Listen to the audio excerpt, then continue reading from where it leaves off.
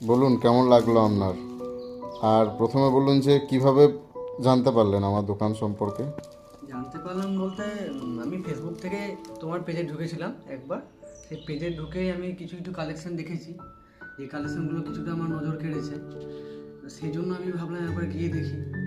তো এসে কেনাকাটা করে ভালোই দেখলাম, ভালোই বুঝলাম, এবং সত্যি খুব ভালো লাগলো।